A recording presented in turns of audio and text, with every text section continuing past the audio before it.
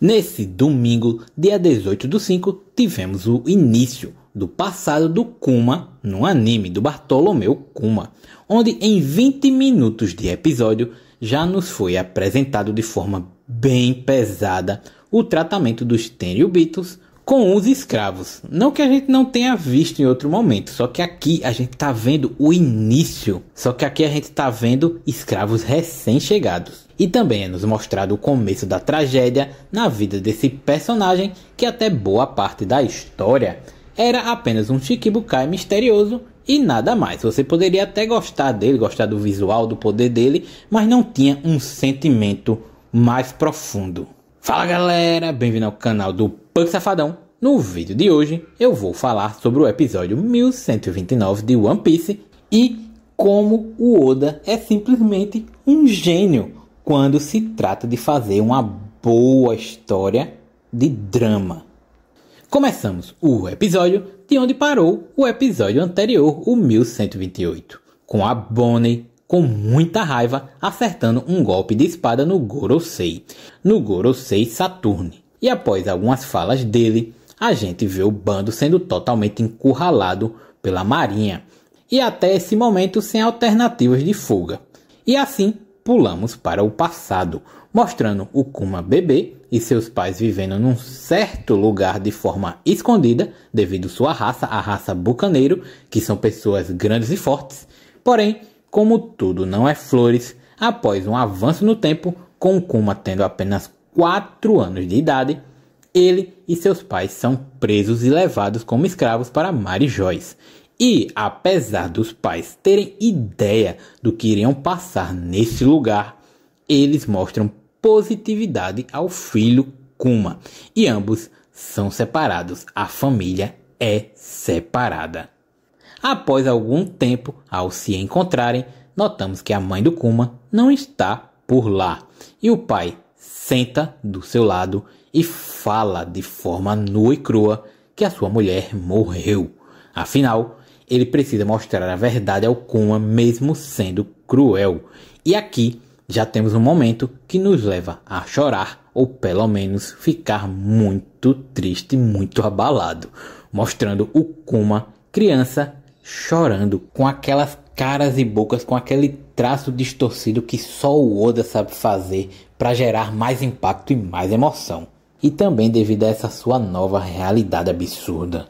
E se não bastasse essa realidade horrível da escravidão dos Tenryubitos, após o pai do Kuma ter uma cena bem fofinha, animando seu filho, alegrando seu filho e contando sobre a lenda do deus Nika que iria salvá-los, um desses seres desprezíveis, os dragões celestiais, atira de forma covarde e manda de arrasta para cima o pai do Kuma em mais uma cena pesada, onde o sangue da bala até espirra na cara do Kuma.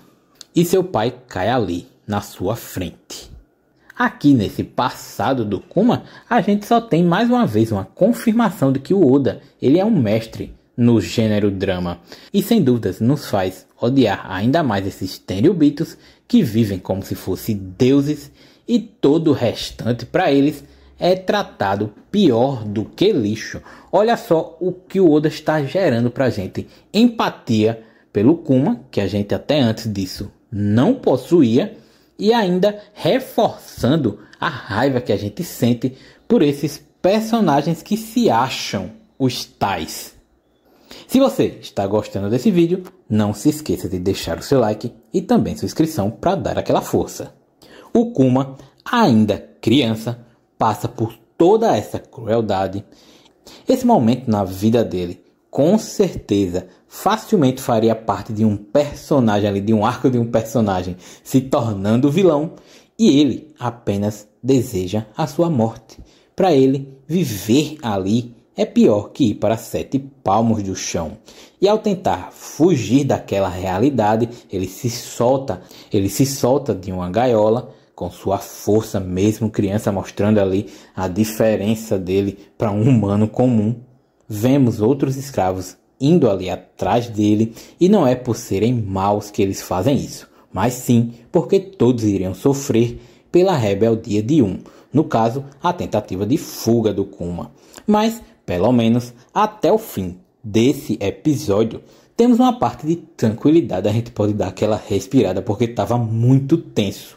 Onde aparece o Ivankov mais novo e uma garota bem parecida com a Bonnie. E nos dá um pouco de esperança para um ponto de virada, um ponto de melhoria na vida do Kuma e também na trama. Ao mesmo tempo que estamos na famosa ilha de God Valley, onde terá uma caçada a escravos como se fosse uma caçada a animais, com direito a pontos e premiações. Só para reforçar o quão nojentos são esses personagens. Isso é algo totalmente desumano, mas que para esses nobres é algo normal. Afinal, o pensamento deles é que o resto do mundo é pior que um inseto.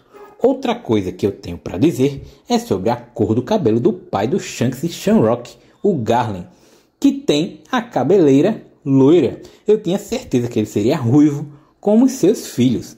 Eu não lembro de ter visto a cor deles no mangá. Se vocês viram e realmente já sabiam que era loiro antes de sair esse episódio, contem aí, porque eu mesmo não tô lembrado.